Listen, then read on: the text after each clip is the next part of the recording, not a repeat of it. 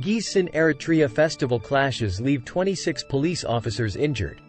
Hundreds of German police have used batons and pepper spray to quell crowds targeting an Eritrean cultural festival in the central town of Gießen.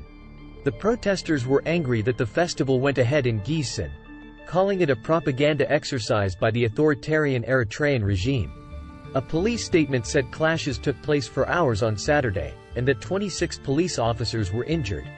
Police arrested nearly 100 people and had to stop traffic in the town center. The police statement said protesters threw bottles and stones at police, damaged some vehicles and ripped down fencing around the festival venue. They also threw stones at buses carrying participants to the festival, the statement said. Video on Twitter appears to show crowds of protesters engaged in running battles with police in the town. The town authorities had tried to stop the festival going ahead after similar unrest erupted last year, but a local court overturned the ban.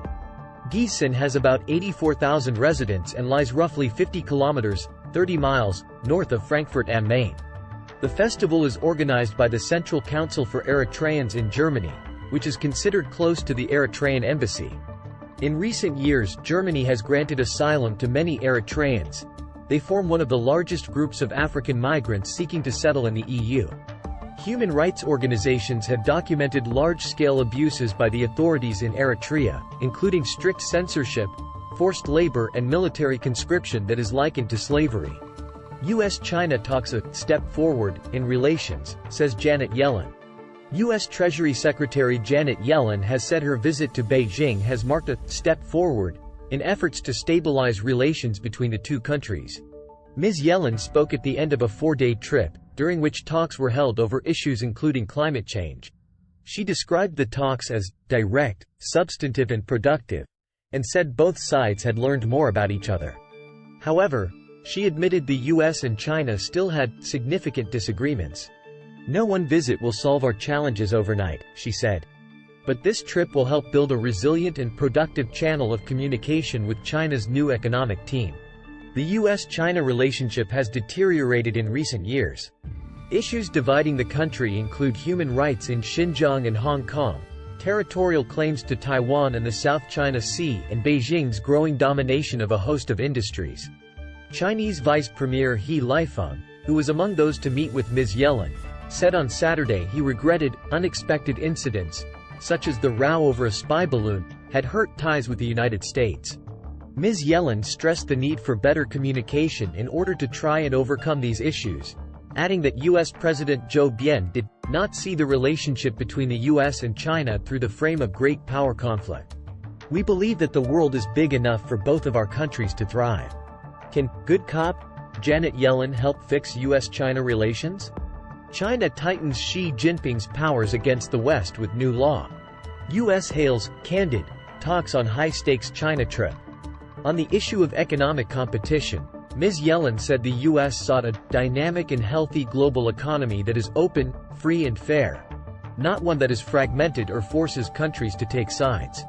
She said any future curbs to business with China would be implemented in a transparent way and focus on sectors where the U.S. had specific national security concerns. Earlier in the visit, Ms. Yellen criticized Beijing's curbs against U.S. firms, including the tightening of controls over exports of two materials crucial to producing computer chips. The move follows Washington's efforts in the past year to curb Chinese access to some advanced computer chips.